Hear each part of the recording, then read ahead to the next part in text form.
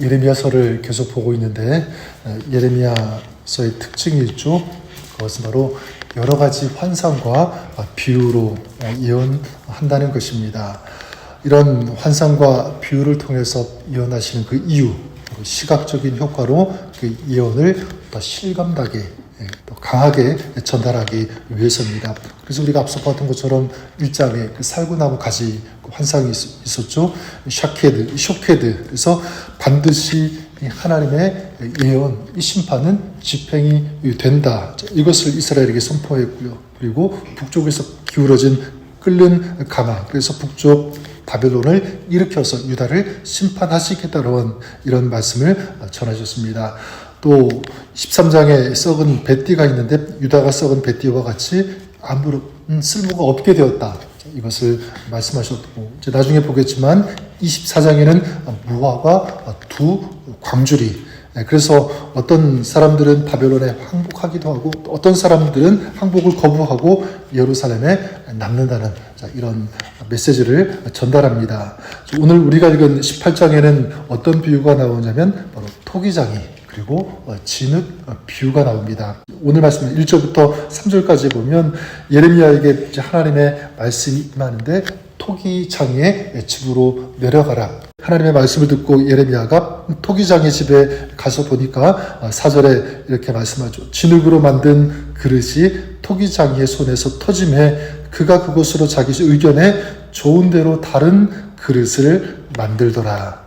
진흙으로 만든 이 그릇이 토기장이의 손에서 터지고 토기장이는 자기 의견에 좋은 대로 또 다른 그릇을 만들고 있는 이 모습, 이것을 보게 됩니다. 여러분, 어떤 의미가 있습니까?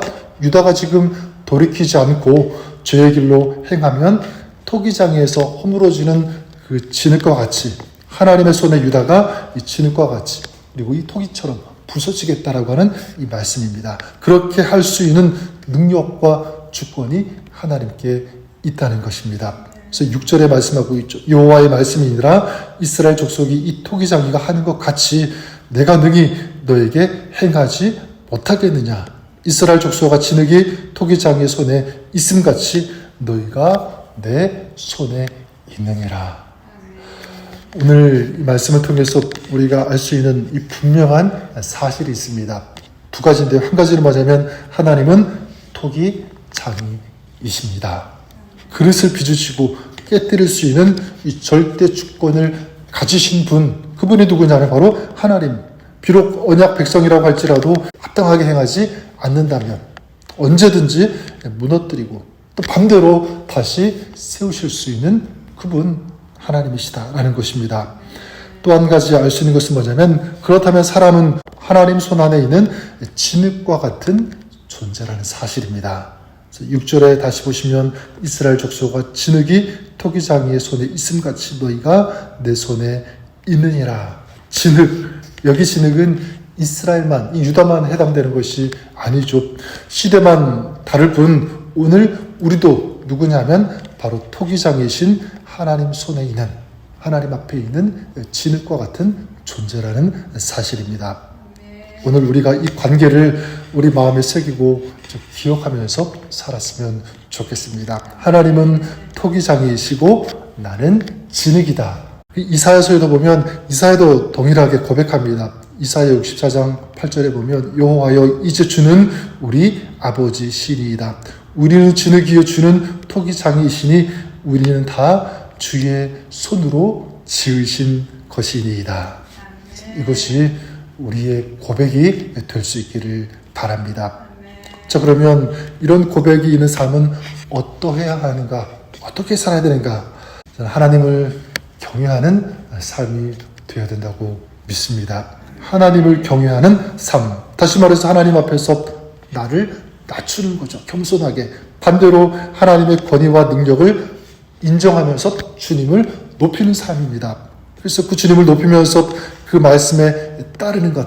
그러니까 하나님 앞에서 내 힘을 빼고 낮추고 하나님의 절대 그 주권을 인정하면서 또 하나님의 능력을 신뢰하면서 순종하며 살아가는 그런 삶. 자, 이것이 하나님을 경외하는 삶입니다. 이런 삶을 살아야 되는데 유다는 그렇지 않았죠. 토기장이신, 다시 말해서 이런 주권과 능력을 가지신 그 주님을, 하나님을 경외하지 않았다는 거예요. 그래서 8절에 보면 만일 내가 말한 그 민족이 그의 악에서 돌이키며 내가 그에게 내리기로 생각하였던 재앙에 대하여 뜻을 돌이키겠고, 이게 하나님의 말씀인데 유다는 그러지 않았다. 끝까지 돌이키지 않았다. 하나님께로 돌이키면 하나님은 다시 그 재앙에 대해서 그 뜻을 돌이키시겠다, 이렇게까지 말씀하시는데 유다는 돌이키지 않았습니다. 9절에도 말씀하고 있죠. 만일 그들이 나 보기에 악한 것을 행하여 내 목소리를 청종하지 아니하면 내가 그에게 유익하게 하리라고 한 복에 대하여 뜻을 돌이키리라. 내 목소리를 청종하지 아니하면, 실제로 유다는 하나님을 그렇게 경외하지 않고 하나님의 말씀 청종하지 않고 순종하지 않았습니다.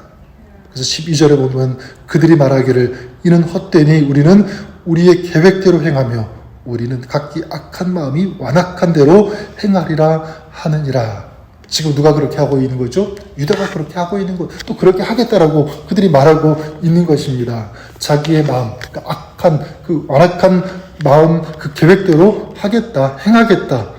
그러니까 자기 마음이 끌린 대로 하나님과 상관없이 그렇게 살겠다라고 하는 이 유다의 모습인 것입니다. 자, 이것이 멸망당할 수밖에 없는 유다의 실제 모습인 거죠.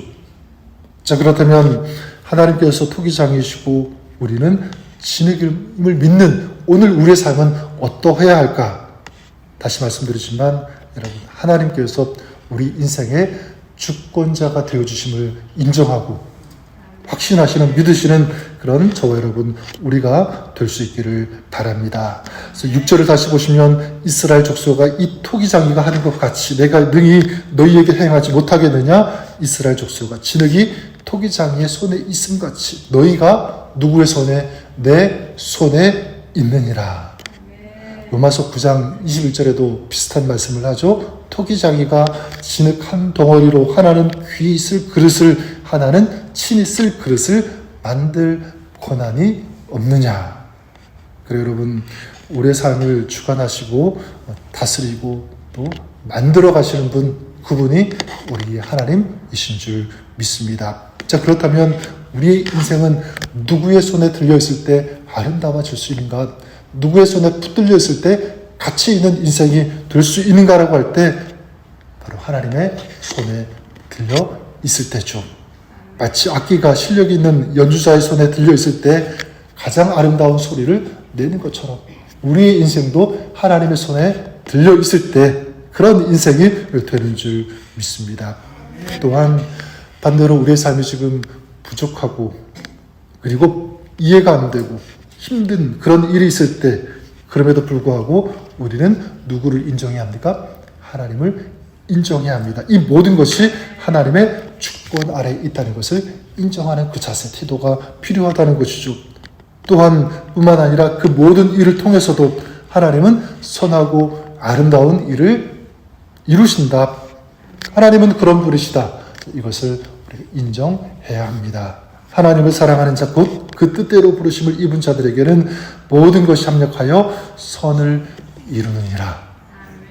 특별히 내 힘으로 안 되는 그런 일이 있을 때, 다시 말씀드리지만 그래서 힘들 때 마찬가지죠. 하나님의 주권을 인정하고 하나님의 도우심, 인도하심을 구하는 것입니다. 하나님 주님께서 토기장이시고 저는 진흙입니다. 그래서 진흙과 같은 저의 상황에 주님께서 개입하시고 주님의 손으로 이끌어 주시고, 그래서 저의 인생이 주님의 손에 들려지기를 원합니다. 주님의 인도하심을 받는 그런 삶 되기를 간절히 소망합니다. 도와주십시오. 간절히 기도하는 거죠. 그럴 때 우리 주님께서 우리의 인생을, 또 우리의 마음을, 우리의 신앙을, 우리의 가정을, 우리의 삶을 아름답게 빚어 가실 것을 믿습니다. 오늘도 하나님의 주권을 인정하는 삶, 하나님께서 내 인생을 더 아름답게 빚어 가실 수 있음을 믿고, 그래서 그 하나님 앞에 우리 자신을 기꺼이 겸손하게 의탁하며 의지하며 드리는 그런 삶, 우리의 삶이 그럴 수 있기를 주님의 이름으로 간절히 축원합니다. 아멘.